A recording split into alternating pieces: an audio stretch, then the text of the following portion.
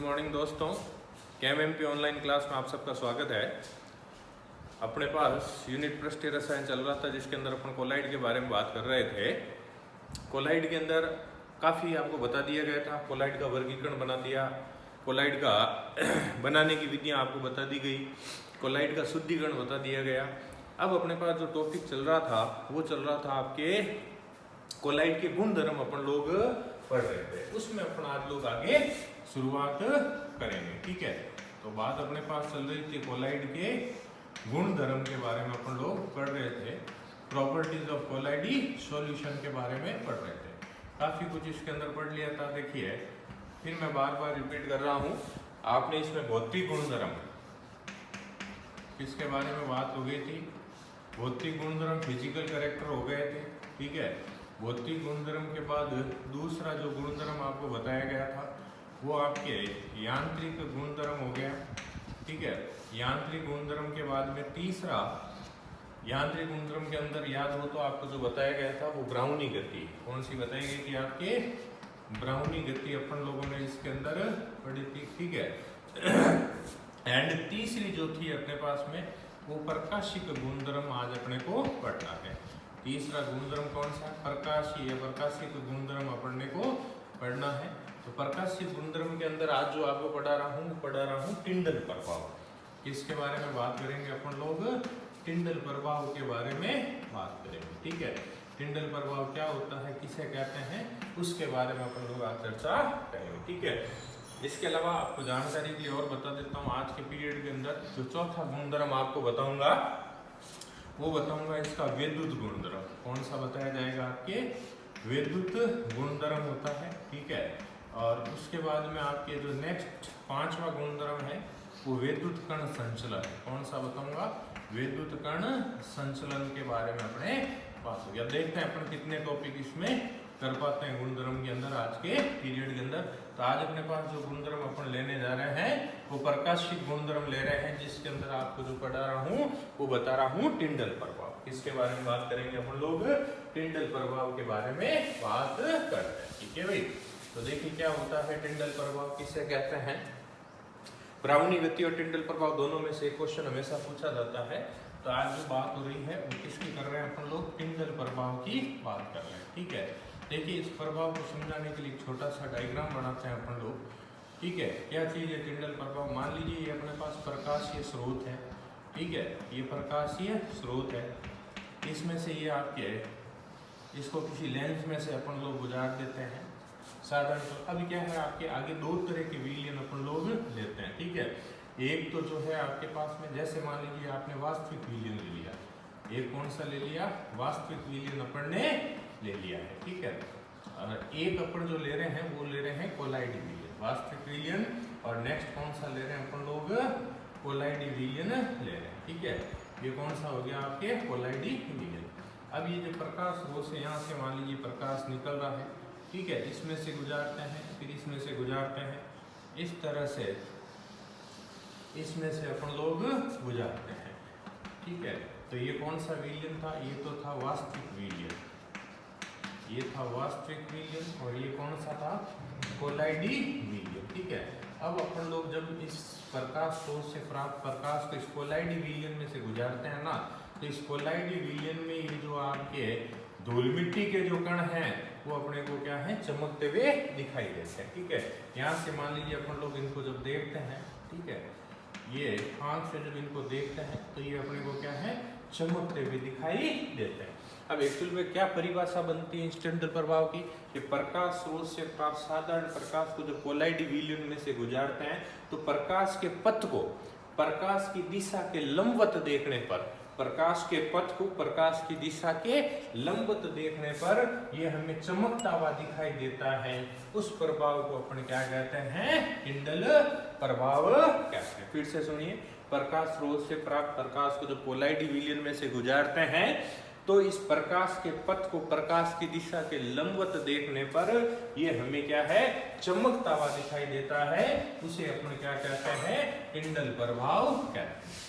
अब यहाँ एक क्वेश्चन बनता है आपके कि ये जो वास्तविक विलयन है ये टिंडल प्रभाव नहीं दर्शाता, क्यों नहीं दर्शाता, क्योंकि इसमें ये वास्तविक विलयन टिंडल प्रभाव आपके नहीं दर्शाएगा। क्यों?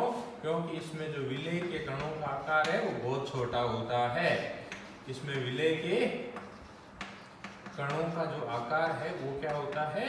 छोटा होता है। इसीलिए क्या है? प्रकीर्णन नहीं हो पाता। क्या नहीं हो पाता? इसीलिए क्या है? प्रकीर्णन आपके नहीं हो पाता। इसीलिए वास्तविक विलयन क्या है? आपके टिंडल प्रभाव नहीं दर्शाता है। वास्तविक विलयन टिंडल प्रभाव नहीं दर्शाता। ये होती है भी आपके टिंडल प्रभाव। अब इसके उदाहरण देखना चाहे अपन लोग टिंडल प्रभाव के कई बार एग्जाम्पल पूछ लेते हैं। तो एग्जाम्पल के अंदर सबसे बढ़िया उदाहरण जो है आपके कि घरों में रोशनदान में से जो सूर्य का प्रकाश आता है ना, घरों के रोशनदान में से जो सूर्य का प्रकाश आता है, उस सूर्य के प्रकाश के पथ में जो धूल मिट्टी के कण है ना, वो हमें क्या है? चमकते हुए दिखाई देते हैं। ठीक है, रोशनदान से जो सूर्य का प्रकाश आ रहा है, उस सूर्य के प्रकाश में जो धूल मिट्टी के कण हैं वो हमें क्या है? चमकते हुए दिखाई देते हैं। ठीक है ना, तो ये क्या हो गया? आपका टिंडल प्रभाव हो जाता है। रोशनदान में से जो सूर्य का प्रकाश आता है, उस सूर्य के प्रकाश में जो धूल मिट्टी के कण हैं वो हमें चमकते हुए दिखाई देते हैं। वो क्या है? टिंडल प्रभाव। और एग्जाम्पल लेना चाहे आपको मैं बताता हूँ इसका उदाहरण। कभी आप लोगों ने पिक्चर देखी हो सिनेमाघरों में, ठीक है ना, तो किसकी बात बता रहा हूँ? सिनेमाघरों में। ठीक है, सिनेमाघरों में जब अपन पिक्चर देखने जाते हैं ना, तो प्रोजेक्टर के द्वारा जब स्क्रीन पर प्रकाश डाला जाता है तो उस प्रकाश के पथ में आप देखना, आपको धूल मिट्टी के कण क्या दिखाई देंगे? चमकते हुए दिखाई देंगे। ठीक है ना, तो सिनेमाघरों में किसके द्वारा? प्रोजेक्टर के द्वारा जब स्क्रीन पर प्रकाश डालते हैं तो उस प्रकाश के पथ में आपको धूल मिट्टी के कण क्या दिखाई देते हैं? चमकते हुए दिखाई देते हैं। ठीक है, तो दो उदाहरण अपन लिख सकते हैं, रोशनदान का लिख सकते हैं, सिनेमा घरों का लिख सकते हैं। इसके अलावा आपको और बताता हूँ, इस पर याद रखना कि जो नीला रंग होता है ना भाई, इस नीले रंग का तरंगदैर्ध्य क्या होता है? सबसे कम होता है। नीले रंग का क्या है? तरंगदैर्ध्य सबसे कम होता है। इसीलिए इसका प्रकीर्णन क्या होता है? सर्वाधिक होता है। इसीलिए इसका प्रकीर्णन क्या होता है? सर्वाधिक आपके होता है। नीले रंग का तरंगदैर्ध्य क्या है? आपके कम होता है। इसीलिए इसका प्रकीर्णन क्या होता है? अधिक होता है। इसी वजह से याद रखना, आपको आकाश का रंग कैसा दिखाई देता है? नीला दिखाई देता है। याद रखना, ये बोर्ड ने पूछा है आपके कि आकाश का रंग आपको कैसा दिखाई दे रहा है? नीला दिखाई दे रहा है। इसकी वजह क्या है? नीले रंग का तरंगदैर्ध्य सबसे कम होता है, इसलिए इसका प्रकीर्णन सर्वाधिक होता है। इसीलिए आकाश का रंग नीला दिखाई देता है। इसके अलावा तरणताल, ये भी याद रखना आप लोग। तरणताल, तरणताल का मतलब जो स्विमिंग पूल होते हैं ना वैसा, उसका पानी भी आपको क्या है? ब्लू दिखाई देता है, नीला दिखाई देता है। उसकी भी वजह क्या है? ये आपके नीले रंग का प्रकीर्णन सर्वाधिक होता है। तो ये बोर्ड ने बहुत बार पूछ रखा, आकाश का रंग नीला क्यों दिखाई देता है? या तरणताल का जो पानी है, स्विमिंग पूल का जो पानी है, वो आपको नीला दिखाई देता है, उसकी क्या वजह आपके होती है? ठीक है भाई, तो वजह ये आपके नीले रंग का तरंगदैर्ध्य सबसे कम है, इसलिए इसका प्रकीर्णन क्या है? सर्वाधिक होता है। ये कहलाता है आपका टिंडल प्रभाव। क्या कहलाता है? आपके टिंडल प्रभाव कहलाता है। ठीक है भाई, तो ये आपका कौन सा गुण हो गया? प्रकाशीय गुण। कौन सा गुण हो जाता है? प्रकाशीय गुण हो जाता है। ठीक है, तो इसको अच्छी तरह से ध्यान में रखें, ये टॉपिक पूछा जा सकता है। उसके बाद अब इसका थोड़ा आपको बता रहा हूँ विद्युत गुण, किसके बारे में बात करेंगे अपन लोग? इसके विद्युत गुण के बारे में बात अपन लोग करेंगे। ठीक है भाई, तो नेक्स्ट गुण कौन सा है? पांचवा है या जो भी नंबर है आपका चौथा, विद्युत गुण की बात करते हैं। देखिए, कोलाइडी विलयन में उपस्थित जो कोलाइडी कण होते हैं वो क्या होते हैं? आवेशित होते हैं। कोलाइडी विलयन में उपस्थित जो कोलाइडी कण हैं वो क्या है? आपके आवेशित होते हैं। ठीक है ना, और आपको बता देता हूँ, आवेशित का मतलब या तो ये धनावेशित होते हैं या क्या होते हैं? ऋण आवेशित। आवेशित का मतलब या तो ये क्या होंगे? धनावेशित होंगे या क्या होंगे? ऋण आवेशित। यानी इन पर हमेशा समान आवेश होता है। इन पर कैसा आवेश होता है? समान आवेश आपके होता है। ठीक है ना, समान आवेश मतलब या तो पूरे कोलाइडी विलयन में सभी कोलाइडी कणों पर धनावेश होगा या क्या होगा, उन पर ऋणावेश होगा, जिसकी वजह से इनके बीच में क्या आकर्षण नहीं होता, एक दूसरे को प्रतिकर्षित करते रहता है, जिससे कोलाइडी विलयन का स्थायित्व क्या है, बना रहता है। ठीक है भाई। अब देखिए आपको इसके कुछ एग्जाम्पल बताता हूँ, जैसे धनावेशी सोल का एग्जाम्पल बता रहा हूँ। जैसा किसका बता रहा हूँ, आपके धनावेशित सोल है उसका एग्जाम्पल आपको बता रहा हूँ। जैसे धनावेशी सोल के अंदर आपको जानकारी के लिए बता देता हूँ, धात्विक ऑक्साइडों के जो सोल होते हैं वो धनावेशी होते हैं। जैसे मान लीजिए ये एल्यूमिनियम ऑक्साइड का जो सोल है वो कैसा है, धनावेशित है। इसके अलावा जैसे मान लीजिए फेरिक हाइड्रोक्साइड Fe2O3 2H2, इसका जो सोल है ये कैसा है, आपके धनावेशित होता है। धातुओं के जो हाइड्रोक्साइड होते हैं वो सोल कैसे बनते हैं, धनावेशी सोल होते हैं। इसके अलावा आपको और उदाहरण बताऊं, टाइटेनियम ऑक्साइड, टाइटेनियम ऑक्साइड जो है ये भी कैसा है, धनावेशी सोल होता है। इसके अलावा आपको बता देता हूँ क्षारीय रंजक, जैसे मैथिलीन ब्लू, क्षारीय रंजकों में जैसे आपका मैथिलीन ब्लू है, ये भी कैसा है, आपके धनावेशित सोलों के अंदर आता है। तो ध्यान रखें, धातुओं के आपके ऑक्साइड, टाइटेनियम ऑक्साइड, मैथिलीन ब्लू, ये तो धनावेशित के अंदर आते हैं।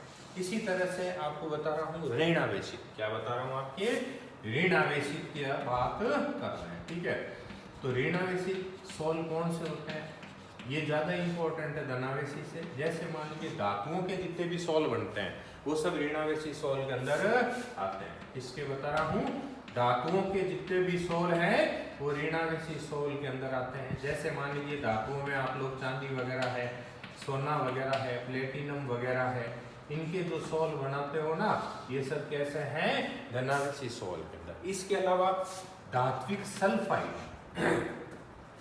धात्विक सल्फाइडों के जो सोल हैं वो भी कैसे हैं, ऋणावेशी सोल आपके होते हैं। धात्विक सल्फाइड, धात्विक सल्फाइडों में जैसे आर्सेनिक सल्फाइड AH2S3 का हो सकता है, कैडमियम सल्फाइड वगैरह हो सकता है। तो ये कैसे सोल हैं, ऋणावेशी सोलों के अंदर आते हैं। इसके अलावा आपको मैं बताता हूँ अम्लीय रंजक जितने भी है, जैसे हीमोग्लोबिन है, अम्लीय रंजक में जैसे हीमोग्लोबिन वगैरह है, ये भी कैसे हैं, आपके इसके अंदर आते हैं ऋणावेशी सोलों के अंदर। इसके अलावा जो स्टार्च है, गोंद वगैरह है, ये भी कैसे हैं, ऋणावेशी सोल होते हैं। स्टार्च है, गोंद वगैरह है, ये किसके अंदर आते हैं, आपके ऋणावेशी सोलों के अंदर आपके आते हैं। तो धनावेशी सोल में Al2O3 है, Fe2O3 है, टाइटेनियम ऑक्साइड है, मैथिलीन ब्लू है। ऋणावेशित में धातुओं के सोल है, धात्विक सल्फाइडों के सोल है, हीमोग्लोबिन है, स्टार्च है, गोंद है, ये सब कैसे हैं, ऋणावेशी सोलों के अंदर आपके आते हैं। ठीक है भाई। अब सवाल ये बनता है कि इन कोलाइडी कणों पर ये जो आवेश उत्पन्न होते हैं इसका कारण क्या है, ठीक है ना। तो इसके कारण को थोड़ा ध्यान से आप लोग समझें। और इसमें कई बार बोर्ड ने एग्जाम्पल पूछा है, ऋणावेशी सोल का उदाहरण बताइए, धनावेशी सोल का क्या बताना है, उदाहरण बताना है। तो नेक्स्ट बात बता रहा हूँ आपके, कोलाइडी कणों पर जो आवेश है उस आवेश का क्या कारण होता है, ठीक है, क्यों ये आवेश उत्पन्न आपके होता है। तो कोलाइडी कणों पर उपस्थित आवेश का कारण,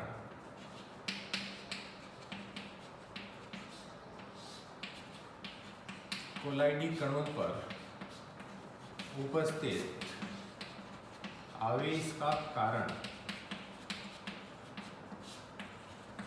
आवेश का कारण। तो देखिए 2-3 कारण आपको बता रहा हूं। सबसे पहला तो कारण है घर्षण, परिक्षेपित प्रावस्था व परिक्षेपण प्रावस्था के मध्य जो घर्षण उत्पन्न होता है ना, उसके कारण इन पर आवेश उत्पन्न होता है। तो आवेश का पहला कारण क्या बताया, घर्षण के कारण। दूसरा इन पर उपस्थित आवेश का कारण होता है आपके पृष्ठीय अणुओं के विघटन के कारण। इसकी वजह से पृष्ठीय अणुओं के विघटन के कारण। सेकंड कारण क्या है, पृष्ठीय अणुओं के विघटन के कारण इन पर क्या होता है, आवेश उत्पन्न होता है। ठीक है भाई, विघटन के कारण इन पर क्या उत्पन्न होता है, आवेश उत्पन्न। जैसे आपको अगर याद हो, एक एग्जांपल आपको मैंने बताया था, सोडियम एसिट्रेट। सोडियम एसिटेट क्या था भाई, C17H35 COONA, ठीक है। इसका जब अपन लोग विघटन करेंगे तो क्या हो जाएगा, ये C17, ये H35, ये COO माइनस और ये क्या बन गया Na प्लस, ठीक है भाई, ये Na प्लस। तो इसका विघटन हुआ जिसकी वजह से क्या उत्पन्न हो गए, ये आवेश उत्पन्न हो जाते हैं। तीसरा जो कारण है वो है वर्णात्मक अधिशोषण। तीसरा कारण कौन सा है, वर्णात्मक अधिशोषण आपके होता है। तीसरा जो रीजन माना जाता है वो कौन सा है, वर्णात्मक अधिशोषण होता है। यानी पृष्ठीय आपके जो सोल होते हैं इनके पृष्ठ पर क्या होता है, आयनों का अधिशोषण आपके होता है। जैसे इसके एक दो एग्जांपल बता रहा हूँ। मान लीजिए आप लोग गर्म जल में, दो एग्जांपल बता देता हूँ। गर्म जल में यदि आप FeCl3 मिलाते हैं, ये आपके लैब में है भाई, प्रैक्टिकल के अंदर है ये सॉल्व बनाना। गर्म जल में जब अपन FeCl3 मिलाते हैं ना तो आपके फेरिक हाइड्रोक्साइड का FeOH3, ठीक है, ये पृष्ठ पर आपके Fe+3 आयनों का अधिशोषण होता है। तो गर्म जल में यदि आप लोग FeCl3 मिलाते हो ना तो फेरिक हाइड्रोक्साइड का धनात्मक सोल प्राप्त होगा।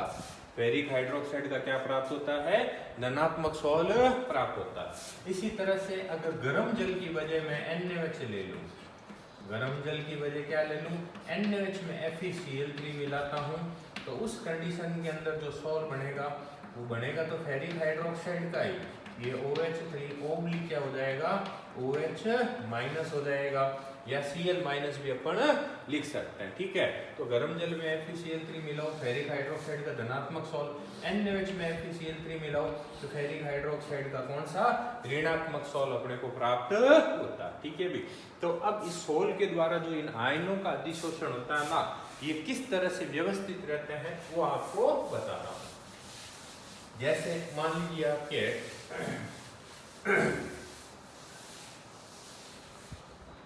ये फेरिक हाइड्रोक्साइड है, ये FeOH3 का सोल है। अब अपन सब जानते हैं ये FeOH3 का सोल। अब इसके द्वारा अभी मैंने बताया था Fe+3 आयनों का अधिशोषण हो रहा है। तो ये जो Fe+3 आयन है ना, ये कहाँ है, इसके पृष्ठ पर अधिशोषित होते हैं। जैसे ये Fe+3, ये Fe+3,